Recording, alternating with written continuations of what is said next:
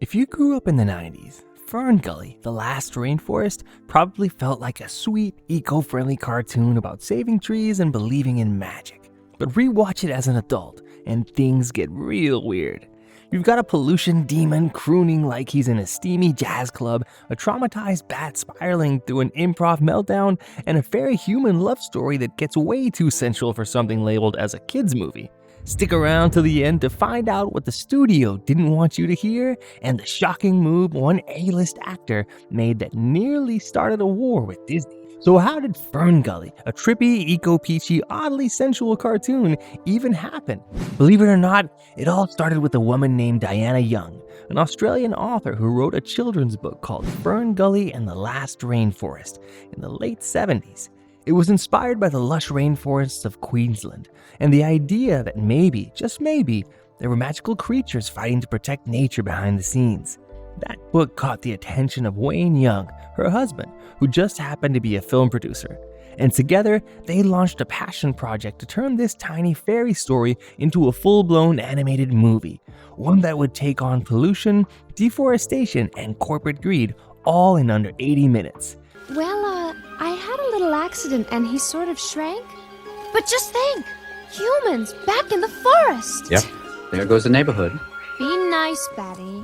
This wasn't some Hollywood machine churning out another franchise. FernGully was made independently, mostly in Australia, and it took over 3 years to develop.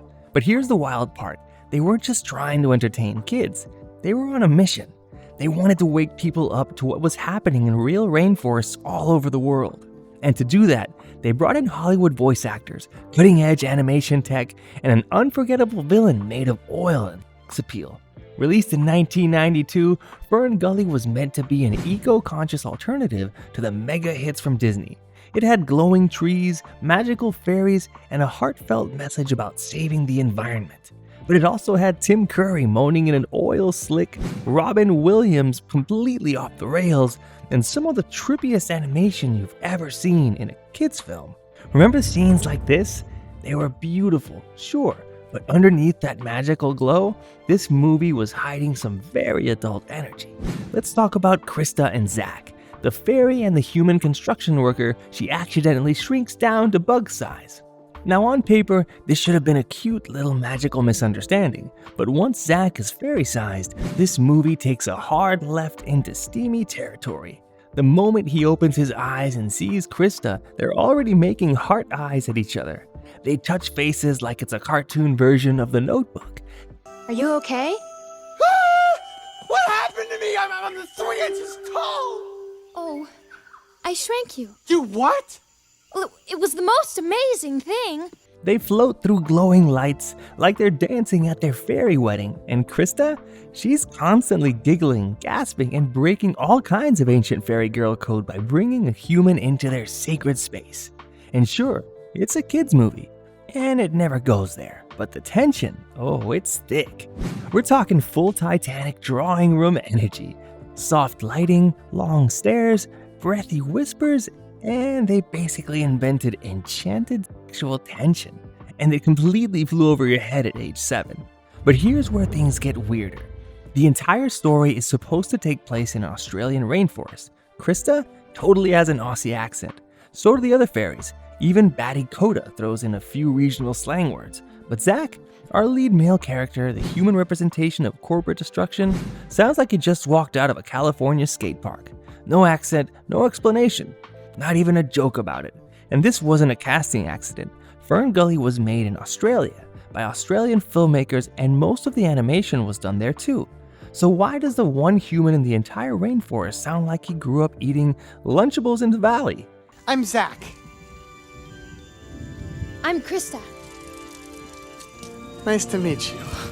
Some fans have speculated it was a studio decision, a subtle way to make Zach more relatable to American audiences. Others think it was a jab, making the outsider sound foreign to the setting he's destroying. Either way, it's one of those sneaky choices that hits different once you realize how deliberate it probably was. And speaking of sneaky, wait till you find out what got cut from the villain's song for being way too spicy for a 90s audience. Then there's Hexus, the villain, a shape-shifting oil monster who feeds on death and pollution. Voiced by Tim Curry, aka the literal sweet transvestite from Rocky Horror, Hexus is hands down one of the most overtly sexual villains ever animated. In the song Toxic Love, Curry purrs through lines about ooze, slime, and being hot and bothered.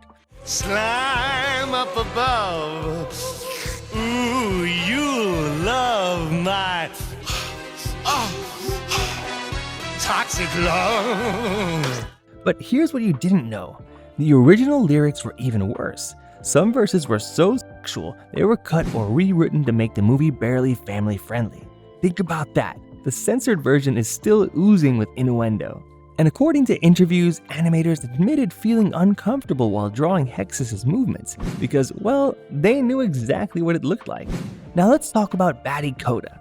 The lab experimented Fruit Bat with a rap verse and a head full of scrambled memories. This was Robin Williams' first ever animated voice role, and the character was written specifically for him. But here's the kicker. Robin improvised so much they recorded over 14 hours of dialogue, and most of it wasn't even in the script. The result? Batty jumps between stand-up routines, protest rants, Shakespeare quotes, and conspiracy theories, all while literally glitching from trauma. Nobody cares about me. I do, Batman. You sure? I'm positive. Only fools are positive. Are you sure? I'm positive. But it gets deeper. At the time, Robin had already signed a deal with Disney to play Genie in Aladdin, on the condition that they wouldn't use his name or voice to market the film. But when Disney broke the deal, Robin was livid, and one reason was because he'd also agreed to FernGully, a much smaller movie. There were even rumors that Robin's Disney contract included a non-compete clause, trying to block him from doing any other animated voice roles. He did it anyway, because he believed in FernGully's message, and didn't want every animated film to be just corporate merchandising. That's why he didn't return as the genie in Aladdin 2. Robin Williams stood by the rainforest and beefed with Disney over a bat. FernGully wasn't just ahead of its time in its message, it was also breaking ground behind the scenes. It was the first 20th Century Fox animated film to use digital ink and paint, which was a huge leap in the early 90s. And the soundtrack? Oh, it was stacked. Elton John, Jimmy Buffett, Tone Loc, yes, Funky Cold Medina Tone Loc, all lent their voices to the film's wild musical mix. But not everyone was rooting for FernGully to succeed. There were reports that Jeffrey Katzenberg, then at Disney, tried to buy the brewery where the film was being made, just to disrupt production. Competition was that serious, because Disney knew this wasn't just some random cartoon. FernGully had a heart, and it had Robin. Hey! You scared me there for a minute. I thought you said you were going to Mount Warning. Well, I did. But they're humans on Mount Warning! Under all the glowing plants and silly animals, FernGully hits you with one of the heaviest messages of any family movie ever made. It's not just recycle more, it's humans are destroying the earth, factories are killing nature, we're the villains. It was bold, unapologetic, and really dark for something aimed at 6-year-olds. The tree destruction scene still hit hard, and Hexus literally dies screaming as he's sealed in the heart of a tree.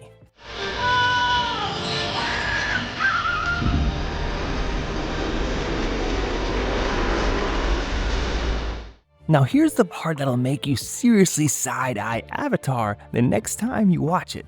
Because the moment you line up FernGully and James Cameron's Avatar, things start to look a little too familiar. You've got a lush glowing rainforest that feels alive. Check. A human outsider who stumbles into an enchanted world and is literally changed by it. Check. A forbidden romance between nature and technology. Check. Even the sacred bioluminescence plants that respond to touch. Straight out of FernGully's playbook.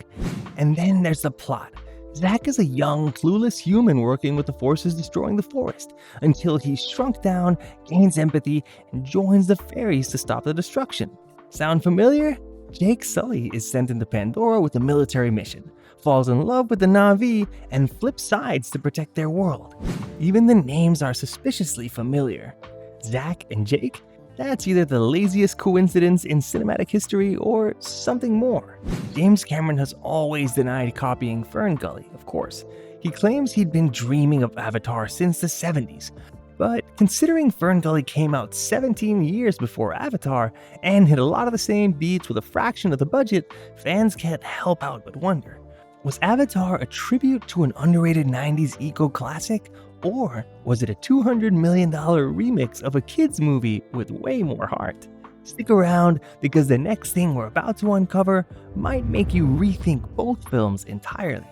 FernGully didn't make Disney money at the box office, but it became something more, a cult classic, passed around in classrooms, VHS tapes, and Saturday morning marathons. I'm not buzzing anywhere. Now, unshrink me, and I mean now!